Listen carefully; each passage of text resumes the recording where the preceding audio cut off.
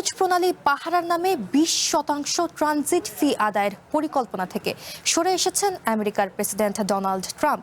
Truth সোশ্যালের একটি পোস্টে তিনি জানান, ফি আদায়ের পরিবর্তে এখন আরব দেশগুলোর সাথে বিনিয়োগ চুক্তি করবেন তিনি। এদিকে তেহরানের ওপর হামলা অব্যাহত রেখেছে ওয়াশিংটন।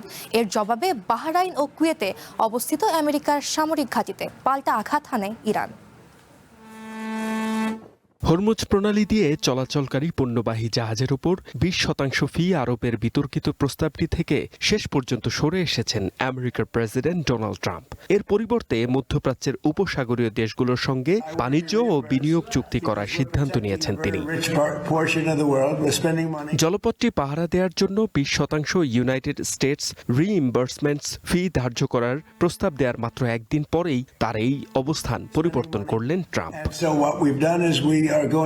এদিকে তেহরানের উপর হামলা অব্যাহত রেখেছে ওয়াশিংটন। মঙ্গলবার রাতে ইরানের দক্ষিণাঞ্চলীয় হরমুজগান ও খুজেস্তান প্রদেশে দফায় দফায় বিস্ফোরণের শব্দ শোনা যায়। ইরানের রাষ্ট্রীয় সংবাদ মাধ্যম জানায়, বন্দর আব্বাস নগরীর পশ্চিমে অন্তত 6টি বড় বিস্ফোরণ ঘটেছে।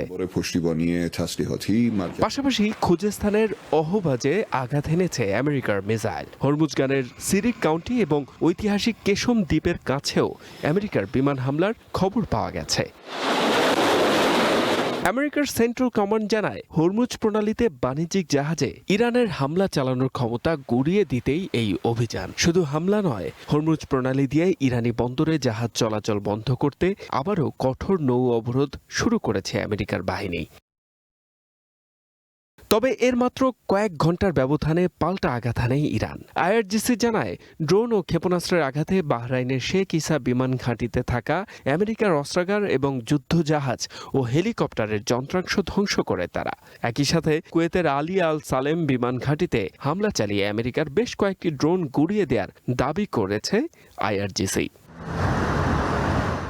H M Ataullah, one international desk.